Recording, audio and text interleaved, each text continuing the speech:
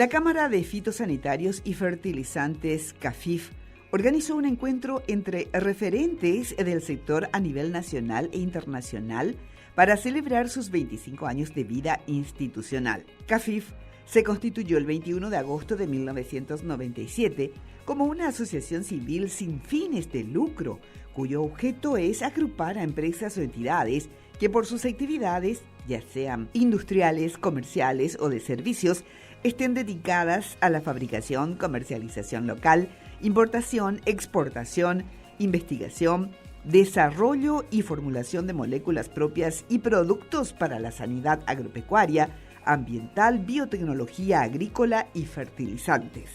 Durante la actividad, los especialistas expusieron sobre temas relacionados con las innovaciones tecnológicas, desafíos y oportunidades para un agronegocio sustentable.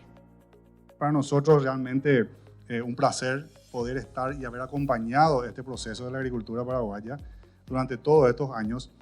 Sin desmerecer un poco las canas, me ha tocado desde la soja convencional a lo que es hoy la soja, lo que es la agricultura hoy, lo que es la ciencia aplicada al suelo, la ciencia aplicada a la producción. Como vimos en el video, es impresionante lo que Paraguay ha avanzado, y esto no viene de la mano solamente ni mucho menos de las empresas, sino que viene de la mano realmente del productor. Y cuando digo el productor paraguayo, sabemos que es sumamente adoptador de la tecnología. Siempre fue muy ávido en adoptar nuevas tecnologías, y eso se fue transfiriendo muchísimo a nuestras empresas. Nosotros como empresas CAFIF vimos un terreno muy fértil de invertir en Paraguay, no solamente por el potencial que tenía en su momento, sino que por todo lo que venía evolucionando a pasos agigantados en la agricultura. Y no solamente agricultura, sino en todas las otras áreas, pero efectivamente durante todos estos años, ¿verdad?, hemos podido ver ese crecimiento, y hoy estoy sumamente emocionado en ese sentido porque me toca circunstancialmente estar al frente de la Cámara, donde hemos colaborado en cierta medida con esa evolución. Realmente vemos ese cambio, pero esto obviamente no sería posible sin haber hecho las alianzas estratégicas que hicimos, no solamente a nivel gremial con los demás gremios de la producción, que CAFIF orgullosamente es miembro de la Unión de Gremios de la Producción, que si bien hemos trabajado durante todos estos años, no solamente del lado del desarrollo de tecnologías e innovación, sino que hemos trabajado a nivel gremial, viendo crecer y trabajar juntos, mancomunadamente con todos los gremios de la producción para el bienestar no solamente de los productores, sino del Paraguay. ¿Y cómo nos posiciona eso como Paraguay? Paraguay está muy bien posicionado a nivel internacional. Después el colega de CropLife International nos va a mostrar un poco cómo nos vemos. Estamos en un momento importante de la evolución de la agricultura en el Paraguay. Hay muchísima investigación, mucho desarrollo, hay mucho avance en la tecnología. Y lo que nosotros queremos humildemente, no solo mostrar un poco lo que hemos hecho durante todos estos años, sino que acompañar al productor en ese proceso de desarrollo sostenible de la agricultura, de evolución tecnológica, y de que muchas veces ese productor paraguayo ha tomado medidas y buenas prácticas agrícolas y no lo ha podido promocionar a nivel mundial. Entonces nosotros queremos colaborar en ese sentido. El productor paraguayo invierte mucho en tecnología, y eso no está puesto en valor. Entonces nosotros queremos ser una semilla, parte de ese proceso que vamos a acompañar, y que desde por lo menos nuestras matrices tenemos ese mandato de seguir trabajando en el Paraguay y seguir invirtiendo en el Paraguay, pero porque vemos que hay instituciones muy sólidas como el Ministerio de Agricultura, como el SENAVE, como la DINAPI, que nos da esa seguridad jurídica alrededor de la propiedad intelectual, que nos permite proyectarnos más allá en el futuro. Y quiero aprovechar para agradecer a todos los presidentes que están acá, y directores que están, y ministros que nos acompañaron no solamente durante estos últimos años, sino que nos han acompañado durante todo este proceso, teniendo este tipo de instituciones fortalecidas como necesita el Paraguay para seguir creciendo y seguir invirtiendo empresas como nosotros en el bienestar y aumentar esa productividad a nivel nacional. Nuestro objetivo principal fue hacer alianzas estratégicas, que fue lo que estuvimos construyendo todos juntos, no solamente con los gremios de la producción, sino que también con otros estamentos que nos ayuden a hacer un trabajo integral dentro de lo que es esta evolución. Estamos en un momento de inflexión sumamente importante, donde la tecnología forma parte vital del crecimiento de la producción. Nosotros hoy en día no podemos pensar en un crecimiento sin involucrar a la tecnología y todavía tenemos un montón de mejoras que vamos a ir haciendo y el productor nos está acompañando. Y son varias generaciones y es sumamente interesante esto porque nos toca vivir productores jóvenes, productores con más experiencia, productores así con más canas, así como el que estamos acá viendo. Pero estamos pasando por un momento sumamente importante para el Paraguay. Paraguay está en la vanguardia de la tecnología, está al mismo nivel que muchos países de la región y más que algunos del mundo. Así que es un momento muy importante. Queremos celebrar con todos ustedes estos avances y ponerles a disposición de la Cámara y de todas las empresas miembros que vamos a estar apoyando en todo lo que sea el desarrollo sostenible de la agricultura en Paraguay.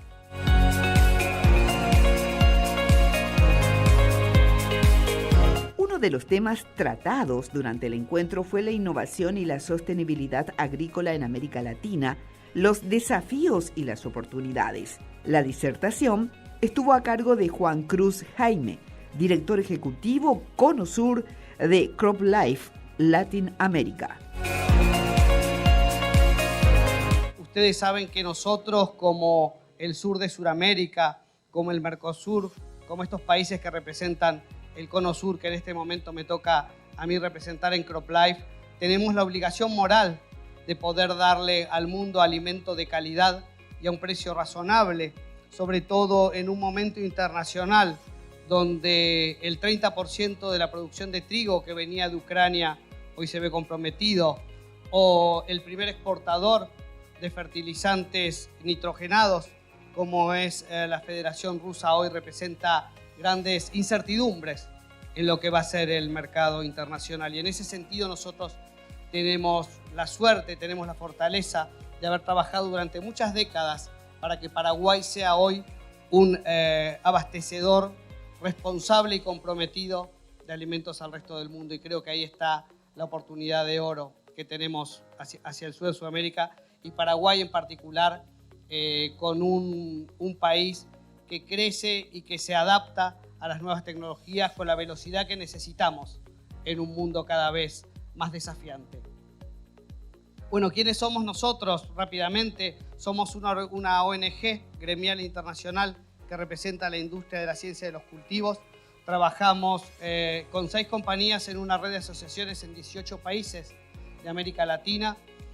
Nuestros socios son un espejo de lo que es CAFIF y por eso con Paraguay hemos tenido siempre una relación de priorización absoluta en los proyectos de CropLife hacia Sudamérica.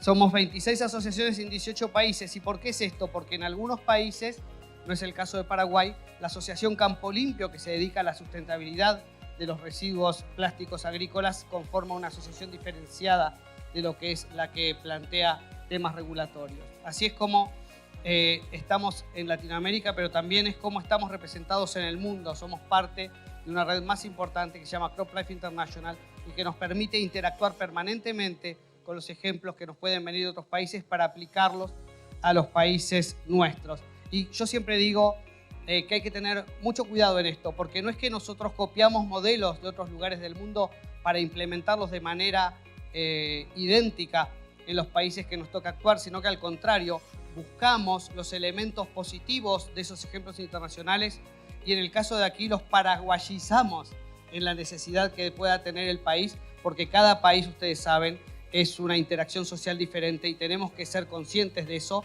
para que lo que llevemos adelante en cada uno de nuestros países tenga el resultado positivo que todos esperamos.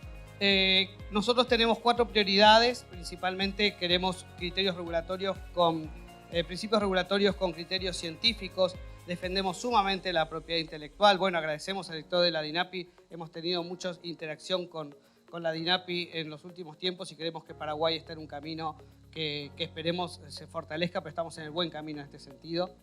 También trabajamos en comunicar el valor que la industria aporta tanto a la agricultura como al ambiente. Nosotros somos conscientes que hoy ambiente y agricultura no pueden ser antinomias, son claramente elementos complementarios. ¿Elementos complementarios para qué?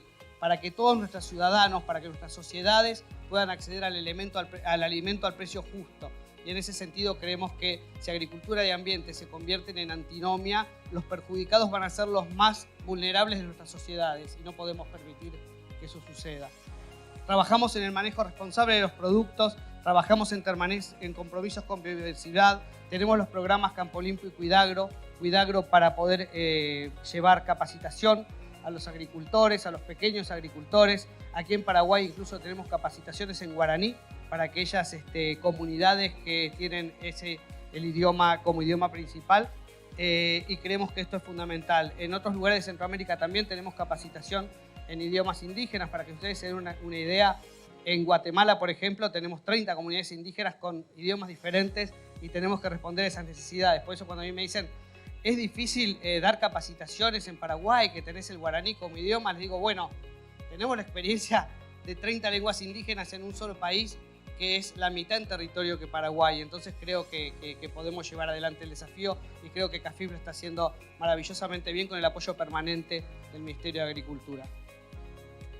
Y bueno, y por supuesto que trabajamos para tener una red que permanentemente pueda compañías y asociaciones tener un buen merge para trabajar en todo lo que hace falta para dinamizar la agricultura de nuestros países.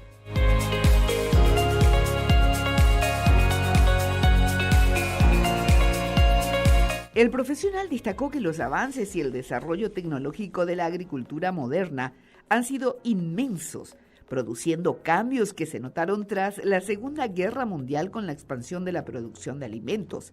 Esto debido a la incorporación de la ciencia y la tecnología en el campo.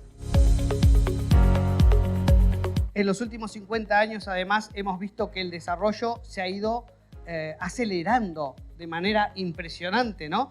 En los años 50 llegó la fertilización, la mecanización con el uso de tractores, llegamos a la protección de cultivos en los 60, pero cuando nos vamos acercando hacia el mundo de hoy tenemos que hablar de la robótica, de la agricultura de precisión, del tratamiento de semillas, de la biotecnología, de la tecnología CRISPR en biotecnología, que incluso ha servido para desarrollar en tiempo récord las vacunas del coronavirus, no solamente que trabaja en temas de agricultura, en las apps y la digitalización.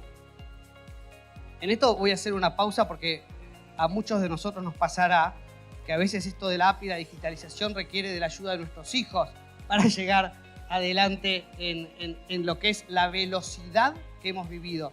Yo siempre digo, yo estoy cerca de los 50 años, ¿no? Y cuando yo era chico, en casa de mi abuela teníamos un teléfono en el que había que discar para conseguir una llamada, ¿no es cierto? Y yo conservo en mi casa el teléfono que teníamos en casa de mi abuela con el disco para pedir la llamada y esperar que la operadora nos dé la llamada y poder comunicarnos. Y hace 2 semanas se lo di a mi hijo de 8 años para explicarle lo que es un teléfono. Y el problema es que no pude usarlo porque agarraba los números y metía los dedos, ¿no? Decía tic, tic, tic, tic. Y movía con el dedo a ver cómo se movía la pantalla, la inexistente pantalla de ese teléfono. Entonces somos una generación que ha pasado de ser una generación analógica a ser una generación digital. En solamente una generación. No ha habido en el desarrollo de la humanidad una generación que haya visto los avances tecnológicos que hemos visto nosotros. Y esto aplicado a la agricultura es infinitamente superior, ¿no? Porque hoy podemos predecir con cierta certeza aspectos climáticos. Sabemos que los cambios climáticos extremos en los que estamos viviendo últimamente afectan sumamente a nuestra capacidad agrícola a nivel mundial. Hoy tenemos las capacidades digitales para prevenirlo. Tenemos la posibilidad de hacer aplicaciones con drones, ¿no? Los drones, que era una cosa sumamente desconocida hace 20 años atrás, o que eran elementos utilizados nada más que por las Fuerzas Armadas y que hoy se han convertido en un aliado estratégico para la agricultura moderna. Y tantas otras cosas que vamos a ver venir, ¿no es cierto? Somos, yo creo, una generación privilegiada en eso, pero a la vez, como decían, voy a hacer una cita que algunos van a entender en la sala y otros le van a tener que preguntar a los hijos. Como dicen los Avengers, un gran poder conlleva una gran responsabilidad. Y creo que como defensores de la agricultura tenemos sin duda una gran responsabilidad en el mundo que nos toca vivir. Por supuesto que la agricultura también quiere decir efecto invernadero, quiere decir deforestación y tenemos sin duda problemas que solucionar. Sin embargo, tenemos la capacidad para trabajar en cuestiones que a mí me preocupan muy fuerte, que a CropLife Latinoamérica les causa una preocupación muy fuerte. Una es cómo trabajamos para evitar que desperdiciemos el 30% de alimentos en el mundo. 30% de desperdicio de alimentos en el mundo.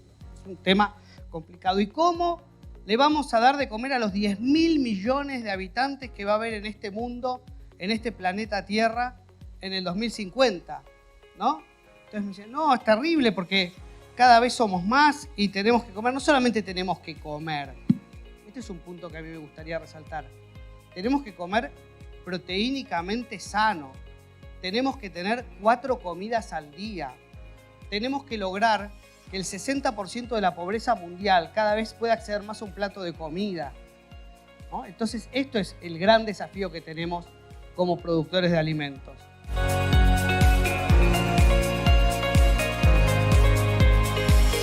Por otra parte, el experto señaló los desafíos de la Agenda de Sostenibilidad Agrícola, la conversión a la diversidad biológica, la adaptación al cambio climático y el cumplimiento del desarrollo sustentable de las Naciones Unidas.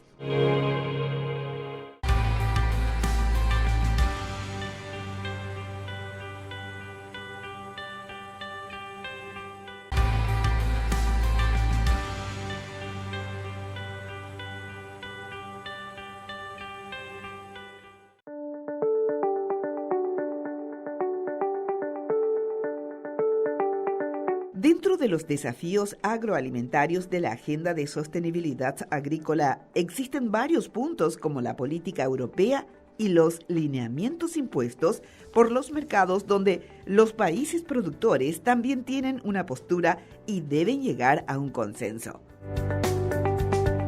¿Cómo hacerle entender a los países centrales que nos dejen producir más para que ellos mismos no pasen hambre y tengan alimentos? Y esto se ha ido a las nubes con la incertidumbre que representa hoy la guerra con Ucrania. Como les dije, el 30% del trigo del mundo lo producía Ucrania y hoy los productores ucranianos trabajan con chalecos antibalas sus campos para tratar de poder llegar a esto. La suba del precio de los fertilizantes dado por Rusia representa sin duda un gran desafío para nosotros, porque nosotros, América Latina, y el Cono Sur en particular, que está visto en Europa como ese de los grandes pools sojeros, ese de las grandes cantidades de soja que se exportan, somos también el pequeño agricultor que día a día trabaja junto con su familia para lograr llevarle un plato de comida a su mesa y a sus vecinos. Somos también los apicultores con los que tenemos que tener un diálogo permanente de agricultura y apicultura, porque no pueden tampoco ser antinómicos y tienen que ser complementarios. Son también los que trabajan no solamente la gran ganadería de América Latina, que es famosa por sus carnes en el mundo, sino también el pequeño productor que tiene la granja, que tiene sus gallinas, que tiene sus conejos y que también tiene la responsabilidad de llevar ese alimento. Entonces, por eso yo digo, cuidado con las visiones demasiado antagónicas de mundo desarrollado, mundo subdesarrollado, porque creo que si no reconocemos que en la complementarización está el éxito, los dos vamos a perder. Y ahí es donde yo digo no al enfrentamiento, sí al diálogo permanente.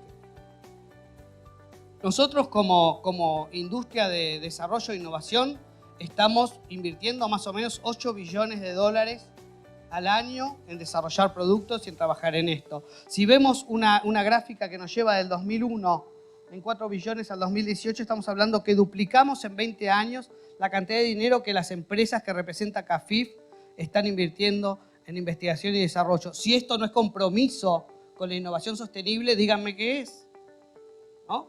Una innovación que viene y se acelera con diversos temas, con inoculantes para plantas, con tratamientos de ARN, con el tema de los plaguicidas biológicos, que es todo un tema que estoy en debate en América Latina, con el tratamiento de semillas y con la inteligencia artificial, que para mí es la que genera la mayor brecha entre el pequeño productor que no puede acceder a esa inteligencia artificial porque, por ejemplo, no hay conexión a internet de buena calidad en los campos del interior o porque no tiene la capacidad económica de tomar un préstamo a tasas razonables en los bancos de nuestros países para poder implementar tecnología en su pequeña parcela. Creo que son todos temas que tenemos que pensar y tenemos que debatir hacia el futuro. Bueno, no les quiero quitar demasiado tiempo, pero claramente agricultura de precisión hoy es lo que lleva a la brecha digital y el acceso a las tecnologías. Por eso también creo que los elementos económicos de cada uno de nuestros países, los bancos centrales, los bancos nacionales que tienen la posibilidad del crédito, tienen que focalizarse en permitirle al pequeño productor no ser víctima de esta brecha digital de nuevas tecnologías, porque es una brecha que generación tras generación se va ampliando cada vez más y es más costoso luego cerrar esa brecha. Si nosotros la agarramos ahora, que no está tan crecida, creo que vamos a tener una inversión menor para lograr que esa brecha pueda cada vez achicarse cada vez más, ¿no? Las tecnologías en drones, los biológicos, como dije, y el desafío de contar con una regulación responsable y no con una sobreregulación. A mí a veces me dicen, bueno, pero lo que pasa es que los defensivos agrícolas hacen lo que quieren. Y le digo, miren muchachos, somos de las industrias más reguladas del planeta. Tráiganme una industria que da de comer al mundo, que tenga la misma cantidad de regulaciones que nosotros, y a lo mejor nos podemos poner a discutir, pero claramente somos la industria más regulada del planeta. ¿Y saben qué? Eso es muy bueno. Eso es muy bueno. Porque estamos produciendo lo que van a comer los seres humanos. Pero por otro lado, también es un desafío. ¿Por qué? Porque a veces por temor y no por base científica nos sobreregulan. ¿Bien? Y al sobreregularnos con temor y no con base científica, el país pierde la posibilidad de incorporar la nueva tecnología apenas sale. Y queda desfasado respecto a países hermanos que tienen una mayor flexibilidad regulatoria porque aceptan la necesidad imperiosa del aceleramiento de esta nueva tecnología y dejan a un país detrás del otro, ¿no? Y nos ha pasado dentro del Mercosur, Brasil con su sobreregulación está quedándose atrás en algunos aspectos.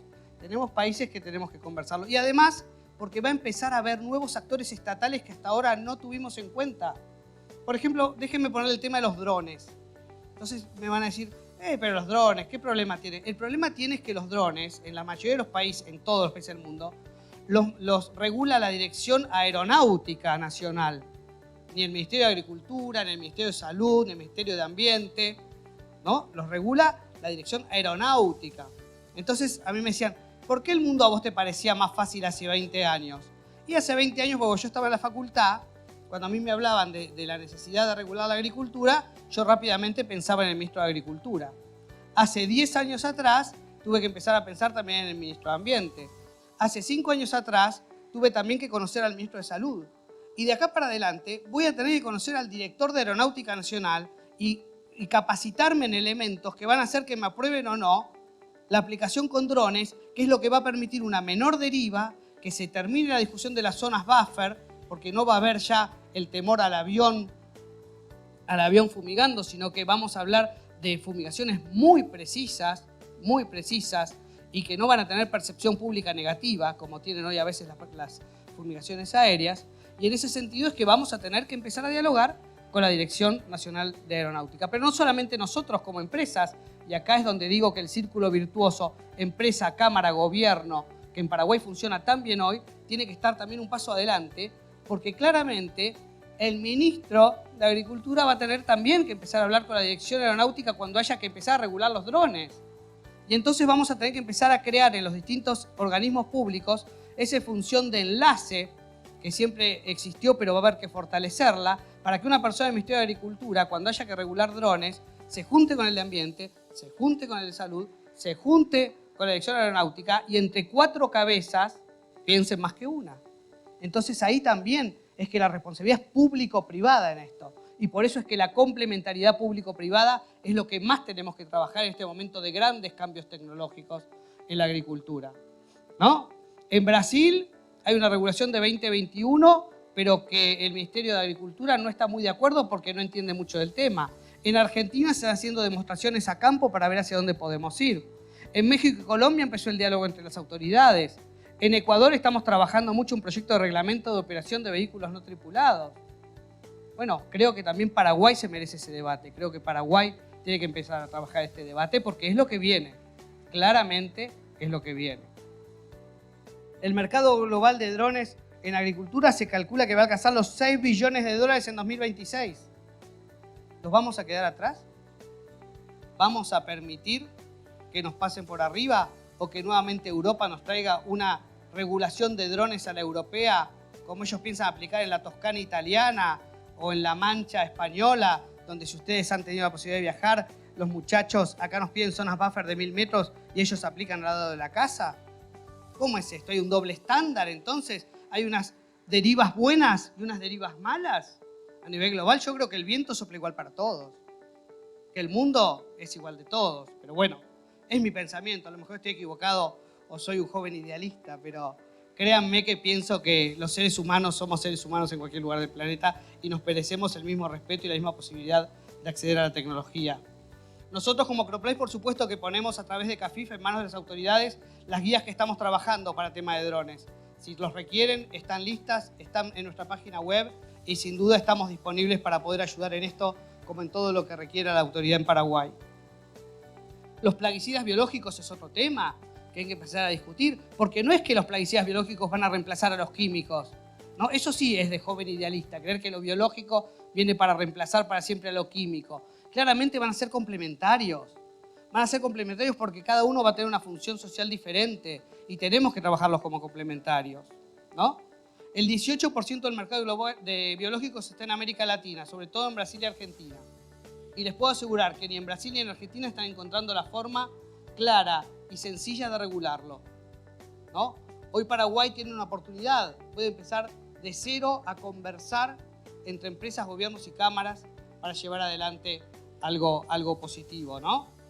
Para que se den una idea, la evolución de plaguicidas biológicos registrados en Brasil, miren lo que sube, del 2016, 2020, año de pandemia, se ve que los reguladores con home office se dedicaban a llevar productos a los ministerios. Pero claramente es una tendencia. En 2021 lo ven así bajo porque está tomado solamente el primer quarter, el primer trimestre. Tienen que, no tenía en este momento para esta presentación el 2021 cerrado. Bueno, la edición genética, ya les dije, la vacuna contra el COVID se hizo con tecnología de edición genética. No vamos a trabajar eso en agricultura, ¿no? Pronto en el mercado va a haber trigo sin gluten. Va a haber champiñones que no se ennegrecen cuando los cortás, algo que mi abuela detestaba, cortar los champiñones en el huerto y que se ennegrecieran, ¿no? Vamos a tener cultivos resistentes a la sequía. Y bueno, ayer tuvimos la bendición que fue una flor de tormenta en Paraguay y el agua vino bien. La vi de cerca porque estaba aterrizando en el momento en que la tormenta estaba en lo peor. Les puedo asegurar que fue una experiencia también interesante. Pero claramente tenemos que trabajar cultivos resistentes a la sequía, porque el mundo que viene con el cambio climático, en el sentido en que lo estamos viviendo, nos va a llevar a eventos climatológicos extremos, para los que tenemos que estar preparados, porque yo les puedo asegurar que después de esta gran sequía nos vamos a inundar todos. Y tenemos que trabajar todos para tener una buena canalización, por ejemplo, en nuestros países, para que las inundaciones no se conviertan en un problema como es la sequía. El representante de CropLife Latinoamérica, Juan Cruz Jaime, habló de la responsabilidad compartida desde todos los sectores, público y privado, con el objetivo de lograr una agricultura sustentable y sostenible.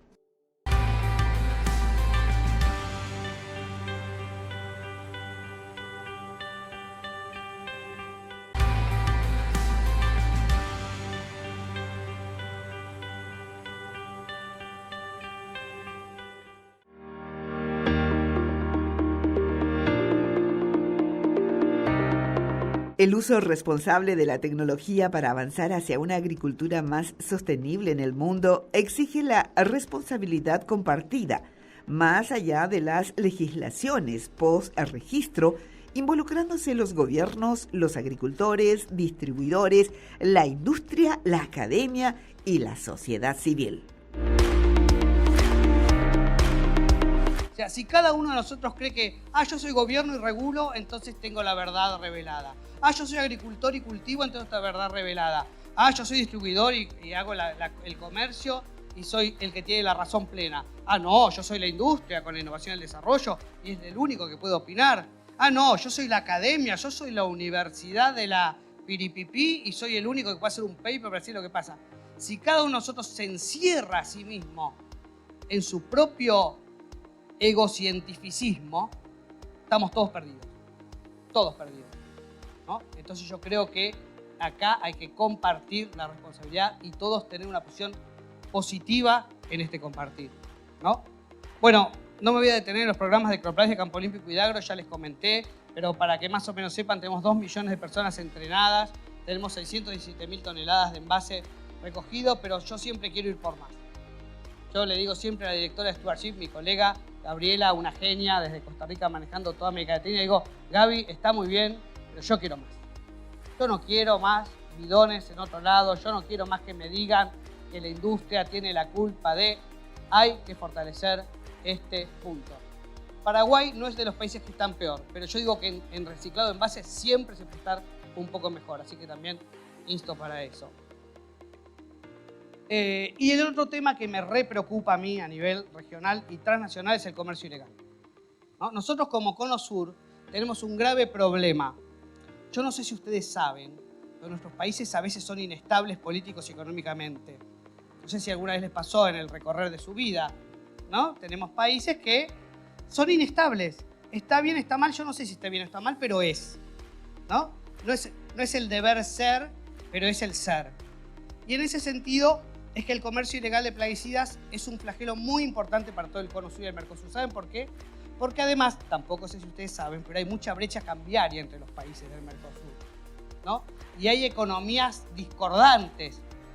Y esas economías discordantes hacen que los tipos de cambio hagan que el flujo de ilegalidad vaya y venga, porque además, entre todos nuestros países tenemos frontera seca. O sea, nada, saltás el arroyito y estás en el otro lado.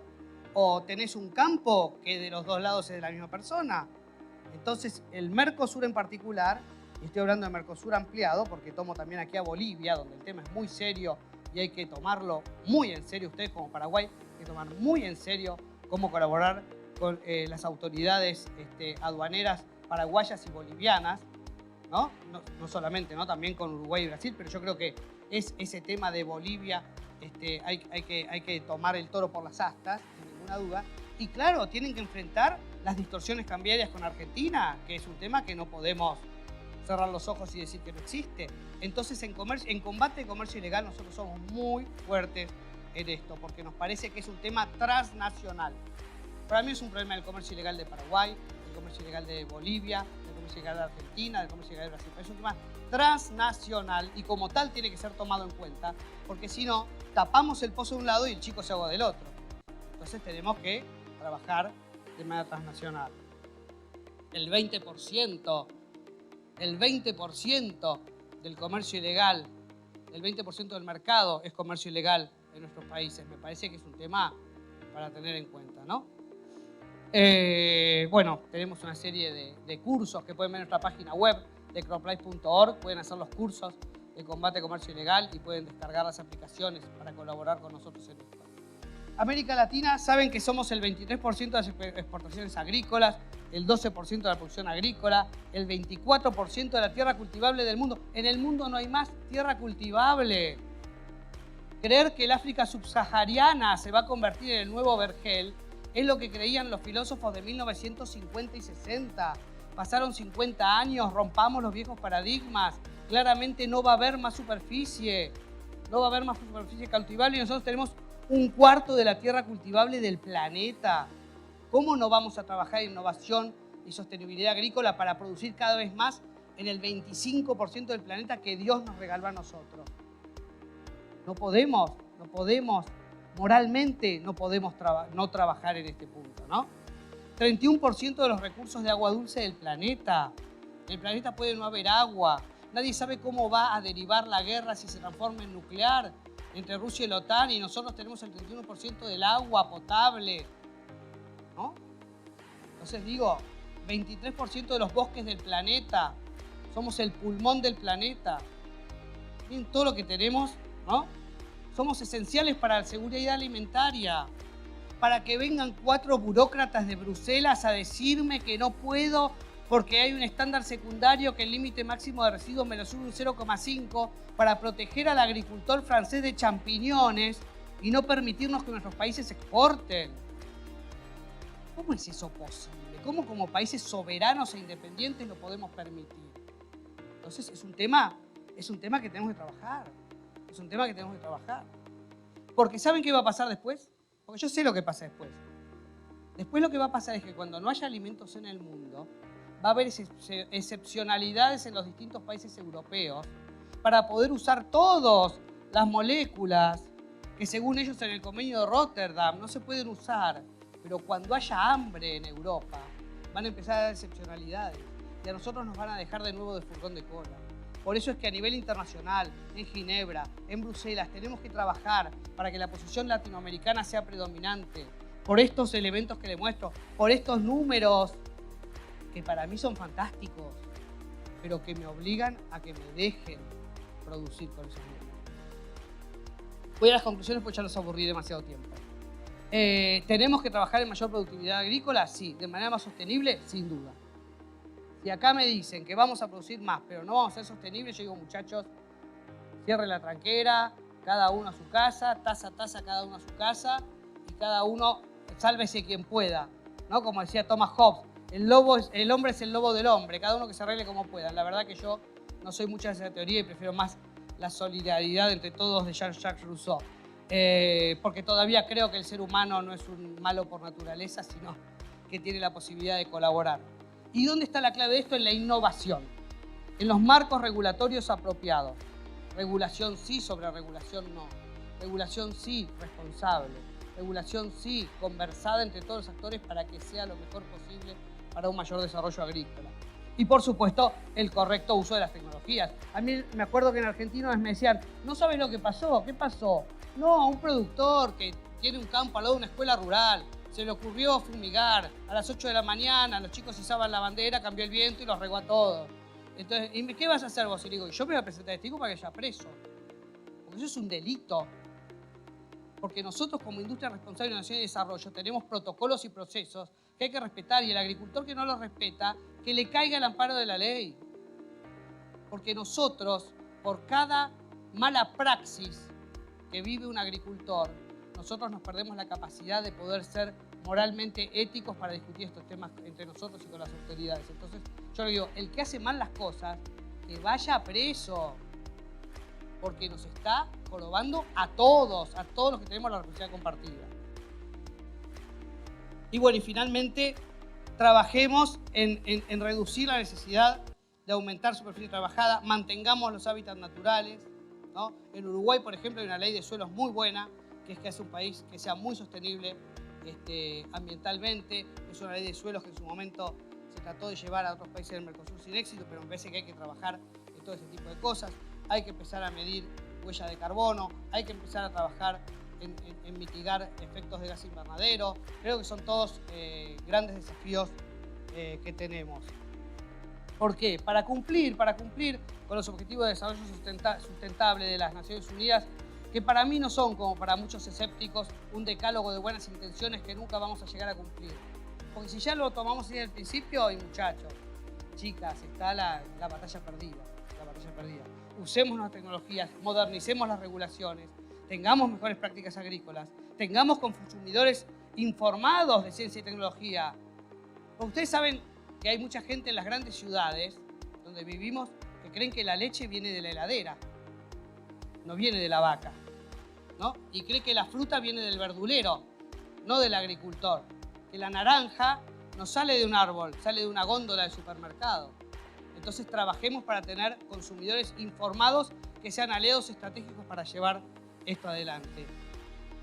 Finalmente, tenemos plaguicidas sintéticos, biológicos, orgánicos, biotecnología, edición genética, manejo de datos, nuevas técnicas de aplicación. Está en nosotros como sociedad y como conjunto poder trabajar para llegar al buen puerto todos juntos entre todos. CAFIF trabaja para apoyar a las empresas que ofrecen productos para la protección de cultivos que invierten en innovación y desarrollo, promoviendo las buenas prácticas agrícolas para una agricultura sustentable y alentando marcos regulatorios y legales basados en ciencia.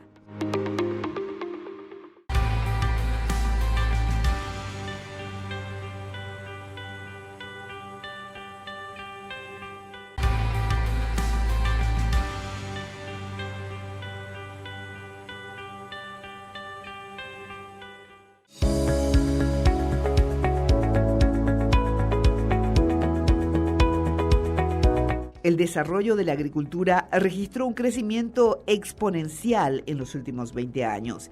Si bien en la región oriental fue más rápido el avance de la agricultura mecanizada, el Chaco paraguayo también viene desarrollando sus áreas productivas en ese periodo de tiempo. Otro de los expositores de este encuentro de CAFIF fue el exministro de Hacienda, Manuel Ferreira, quien habló del avance de la agricultura y el aporte del sector agropecuario a la economía. Gran parte de este desarrollo se hace fundamentalmente bajo normas de cambio de uso de suelo que permiten la legislación paraguaya y la legislación local. Se van conquistando distintos territorios y se da lo que yo le quiero llamar la primera transformación en Paraguay. Una agricultura que avanza fundamentalmente sobre pasturas ganaderas en la región oriental, más allá de lo que mucha gente quiere decir que avanza empujando al minifundio y haciendo que el minifundio tenga que salir de sus zonas naturales, cuando que el minifundio lo que le ocurre es va perdiendo espacio básicamente por falta de productividad y por falta de capacidad de generación de ingresos en esos sectores. Y la ganadería cruza el río Paraguay y se empiezan a integrar poblaciones a distintas zonas del Chaco, brasileños, uruguayos, argentinos que van invirtiendo en esa zona más allá de las poblaciones que ya existían, y los paraguayos que también vamos descubriendo el Chaco, ¿verdad? Los precios de los campos en este proceso se van transformando radicalmente y esto permite ofrecer un paquete de garantías de valor que anteriormente no estaba disponible. Cuando mirábamos el primer video, veíamos números del año 84 con campos de valor de $1.000 o $1.500 la hectárea y con la posibilidad de ofrecer garantías relativamente pequeñas, con un precio de soja de alrededor de $150 la tonelada, que no permitía tampoco generar un flujo razonable para que esta gente pueda desarrollar y pueda crecer. Sin embargo, a partir de esta transformación empezamos a ver un incremento de precios de suelo, un incremento también en lo que se llamó el superciclo de los commodities a nivel internacional, un incremento de los flujos de caja que permite una transformación y empezamos a ver cosas como esta. Empezamos a ver primero espacios de una infraestructura multimodal que se va desarrollando y se va integrando a la región. Paraguay estaba aislado del resto del mundo en todo este proceso y empezamos a ver, sin embargo, nodos multimodales, empezamos a ver un transporte fluvial importante. Si ustedes se dan cuenta, el transporte fluvial en Paraguay es hoy 6 veces más barato que el transporte por carretera y nos permite movernos sobre todo norte-sur, salir a puertos del Atlántico fundamentalmente, y hoy estamos desarrollando un sistema multimodal que nos permite movernos de este a oeste. Gran parte de esto es posible porque hay una rentabilidad que es ofrecida por una carga que tiene valor. Carga que anteriormente no tenía valor y que hoy empieza a transformar esta producción, ¿verdad? Y empezamos a ver que gran parte de las terminales portuarias se van desarrollando a partir de estos procesos.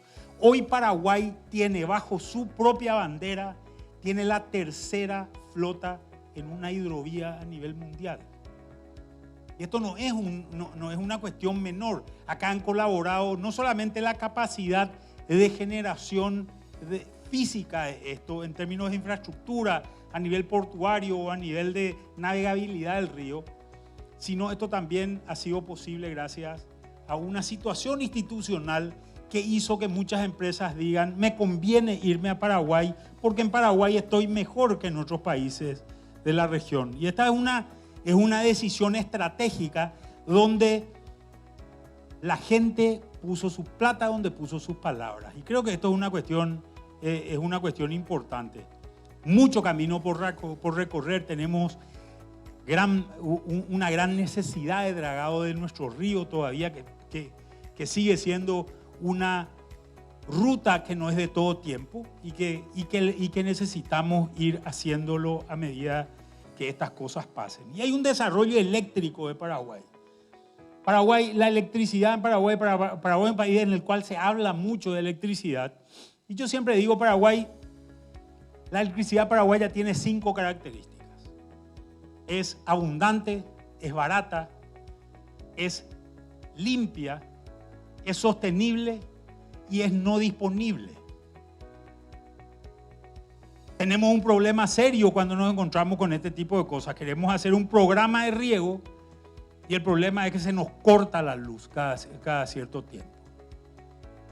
Paraguay tiene una necesidad de inversión y tiene un plan estratégico de inversión. Aquel mapa que ven allá, ya empezamos a extender líneas de 66 kilovatios a zonas distantes ya en el Chaco, y estamos empezando ya a conquistar territorios importantes. Le decía a alguien antes de entrar, en la zona de Colonia Iguazú hoy tenemos el desarrollo de una subestática que nos va a permitir tener la capacidad de potencia que tienen 2,5 turbinas de Itaipú en esa zona, y eso nos va a permitir seguramente desarrollar hidrógeno de condiciones limpias, hidrógeno conocido como hidrógeno verde, base para el amoníaco, base para la urea, base para los nitrogenados que bien señalaba Juan Cruz. Se volvieron parte de una necesidad agrícola mundial por la incertidumbre que genera Rusia y que genera Europa en este proceso, ¿verdad? Y empezamos con muy poca capacidad de generar crédito. Sin embargo, estos flujos que les hablaba a partir de los precios y estas garantías que generaron los campos permitieron generar una cartera agrícola de dimensiones importantes. Hoy la cartera agrícola paraguaya, y si le sumamos la de agribusiness, podemos llegar a valores de alrededor de 4.500 millones de dólares. A eso debemos sumarle una cartera ganadera del orden de los 1.600 millones de dólares, que son las carteras que dan sustento hoy al sistema financiero. Hoy los bancos en Paraguay viven gracias al sector agropecuario que ha generado estas condiciones. Y cuando empezamos a ver un poco más en detalle qué es lo que ocurre en la región oriental, empezamos a ver un desarrollo, como les decía, un desarrollo sobre todo en soja zafra, muy vinculado a lo que es la ribera del río Paraná, y que empieza a empujar una agricultura sobre tierras, sobre todo pastoriles en la zona de San Pedro, del norte de San Pedro fundamentalmente. Hoy existen desarrollos en la zona norte de Concepción en el ámbito forestal a partir de una papelera que está generando sus cierres financieros en este momento y que va a permitir que a esa tasa de crecimiento que nosotros tenemos, del orden más o menos del 4%, podamos agregarle un 1% más con una sola empresa, por la condición de que Paraguay es un país subóptimo. Y un país subóptimo presenta oportunidades. Podemos decir también que es una última frontera y que eso nos va a permitir avanzar en ciertos temas. Y estamos viendo también que tenemos una infraestructura agrícola que se ha desarrollado a partir de todo de toda esta situación. Cuando empezamos a mirar lo que nos pasa, empezamos a mirar que en realidad tuvimos golpes muy serios. Nosotros hemos tenido la caída más grande que ha tenido la producción agrícola paraguaya registrada. Esta es históricamente el peor año de sequía que ha tenido Paraguay, por debajo de los 1.000 kilos por hectárea, con una caída del orden del 66%. Tan baja es la producción que hemos tenido que parar nuestras industrias de crushing por esta situación. Sin embargo, y esto seguramente va a generar una caída en el Producto Interno Bruto de condiciones realmente importantes, que nos va a permitir también un rebote importante para el año que viene. ¿Qué es lo que va a pasar? La agricultura te produce en 2 años lo que debería haberte producido en 1. Y esto genera un rebote y un incremento importante del Producto Interno Bruto. Nuestras proyecciones para el año que viene, que no son las proyecciones del Ministerio de Hacienda, son proyecciones de crecimiento del orden del 9,8% para el año que viene. Pero en este mismo año vemos este crecimiento importantísimo del maíz. También la mayor cosecha maicera de la historia registrada de Paraguay. En el mismo año tenemos la peor cosecha sojera y la mejor cosecha maicera. Esto te habla en la particularidad de Paraguay del impacto que señalaba también Juan Cruz anteriormente. Vamos a vivir estos mundos donde tenemos estas volatilidades y tenemos que cuidarnos y protegernos de estas situaciones. Cuando empezamos a mirar cómo le ha ido al productor, el productor ha podido generar con niveles de precios totalmente distintos, pero ha podido generar márgenes relativamente razonables. Esos márgenes razonables son los que le permiten hoy ser uno de los sectores más seguros dentro del sistema financiero nacional e incluso internacional. Nosotros tenemos hoy que este sector está financiado por bancos internacionales que están viniendo a pelear clientela localmente. Y este es el desarrollo que se ha hecho y que ha permitido un crecimiento de niveles extremadamente importantes. Y vamos a mirar al Chaco. El Chaco se ha desarrollado sobre una ganadería importante. Sin embargo, hoy está empezando lo que yo le quiero llamar la segunda transformación. Y esta segunda transformación es una segunda transformación vinculada también a la agricultura. En ese lugar que les mostraba, que era todo verde o todo bosque en un momento dado y que hoy se está convirtiendo crecientemente en una zona mucho más productiva. Hoy ya estamos con alrededor de 200.000 hectáreas. Tenemos industrias que se están empezando a instalar. Ya hay, hasta donde yo sé, hay 2 desmotadoras que se están instalando en el Chaco Central. Me empezaron a hablar de una tercera ya que está en vías de hacerlo. Y empezamos a ver el crecimiento de una soja en 63.000 hectáreas, arriba de 50.000 hectáreas, de 50.000 hectáreas de maíz. Pero estamos plantando variedades que vienen de la zona húmeda. Estamos plantando variedades que nos vienen de zonas de 1.700 milímetros de precipitación y la estamos llevando a zonas de 800 o de 700 o de 600 milímetros de precipitación con todo lo que ello implica. Y acá hay un gran avance por darse. Hoy, cuando contamos la cantidad de silos que tenemos disponibles en el Chaco, creo que no nos alcanza o nos sobran los dedos de la mano para contar la cantidad de silos disponibles. Y acá hay una oportunidad. Acá hay un desarrollo, porque estamos hablando del orden más o menos de alrededor de 3 millones de hectáreas para una agricultura seguramente de soja, maíz y alguna otra variedad. Y toda la ribera del río Paraguay seguramente disponible para una producción arrocera importante, ¿verdad? Todavía no hemos encontrado variedades de clones adaptados en eucaliptus para la zona del Chaco. Hoy tenemos una planta de celulosa de 3.500 millones de dólares de inversión que se está instalado del lado de la región oriental. Y tenemos la posibilidad, por tener un río navegable que de los dos lados o ambas riberas es del mismo país, de poder crecer en 2, 3, 4 plantas el día de mañana. Y si descubrimos estos clones, tenemos un impulso importantísimo también del sector forestal. Y les quiero mostrar solamente un ejemplo. Esto es el acuífero Irendá, en la zona más seca del país. Lo que vemos acá son las líneas de transmisión eléctrica y los pozos que se han descubierto. Y empezamos a ver cosas como esta, ¿verdad?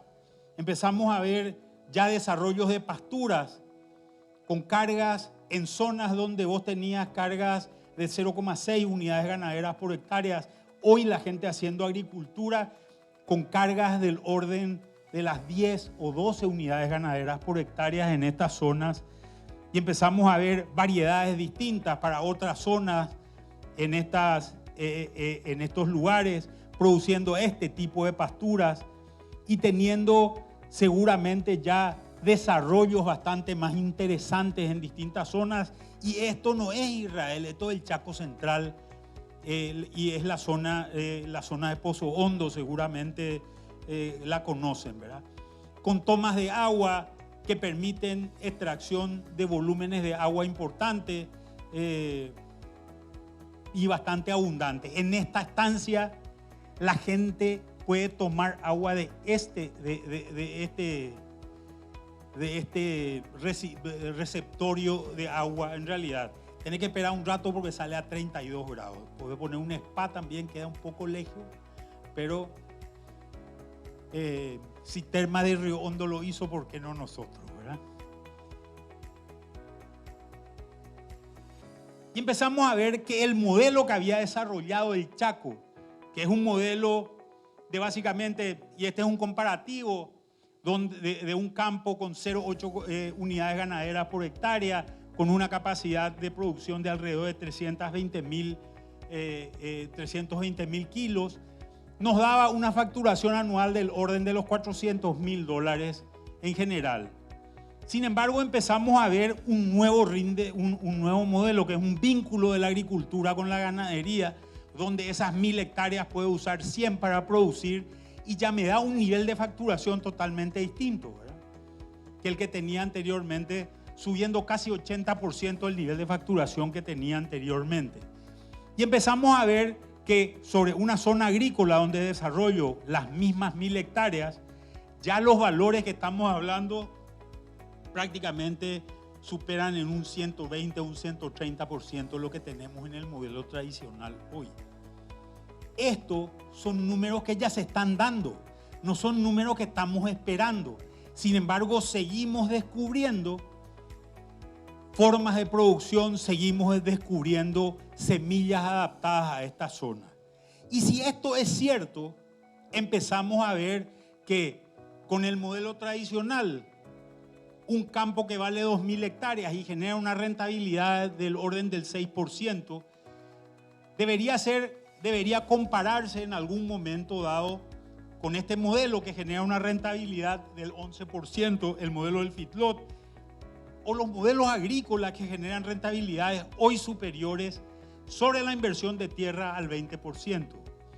Y si hoy estoy generando en una tierra que vale 20%, estoy generando 20% de rentabilidad, ¿cuánto tiene que valer esa tierra en el futuro?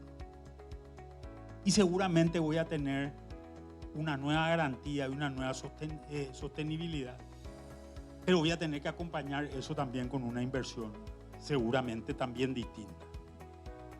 Y la pregunta es, ¿y esto se quedó acá nomás? Quiero empezar a ver qué es lo que ha ocurrido en la economía. Y no me quiero ir a los números globales o a los números macro solamente, sino me gustaría centrarme también en lo que pasó con la gente. Paraguay ha tenido una serie de transformaciones de carácter institucional en los últimos tiempos. Casi la podríamos agrupar en 3 grupos, que van desde sistemas de formalización en el peor momento, cuando la crisis argentina del corralito nos impacta muy duramente y nos impacta de manera sostenida. Acá arranca también el superciclo de los commodities y los precios nos vienen de viento de cola, pero empezamos a generar reformas después de crisis financieras terribles que tuvimos, pero manteniendo ciertos sustentos, manteniendo en cierta medida una austeridad en cuentas públicas que ha sido relativamente importante, pero manteniendo transformándola y traspasándola al sistema financiero. En este momento generamos transformaciones y cambios muy importantes a nivel tributario. Paraguay baja su tasa de impuesto a la renta de 30% a 10%. Se mueve lo que le llamamos los economistas, se mueve hacia la izquierda de la curva de Laffer. Y eso genera que pasemos de 80.000 personas que contribuían a 950.000 que tenemos hoy en un proceso de 20 años. Y necesitamos todavía transformaciones. Y este gobierno ha planteado transformaciones, sobre todo en la ley de la función pública, en la ley de compras públicas y en la ley de responsabilidad fiscal. Necesitamos una reforma del sistema pensional también en Paraguay, que es una reforma que se tiene que dar en algún momento para resolver y darle sostenibilidad a ese sistema.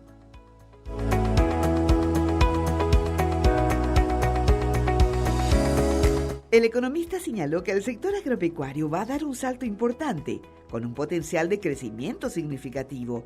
Este cambio se va a dar en varios aspectos: una nueva valorización de tierras, mayor diversificación productiva, intensificación de la producción, mayor inversión de capital y la expansión de la infraestructura productiva.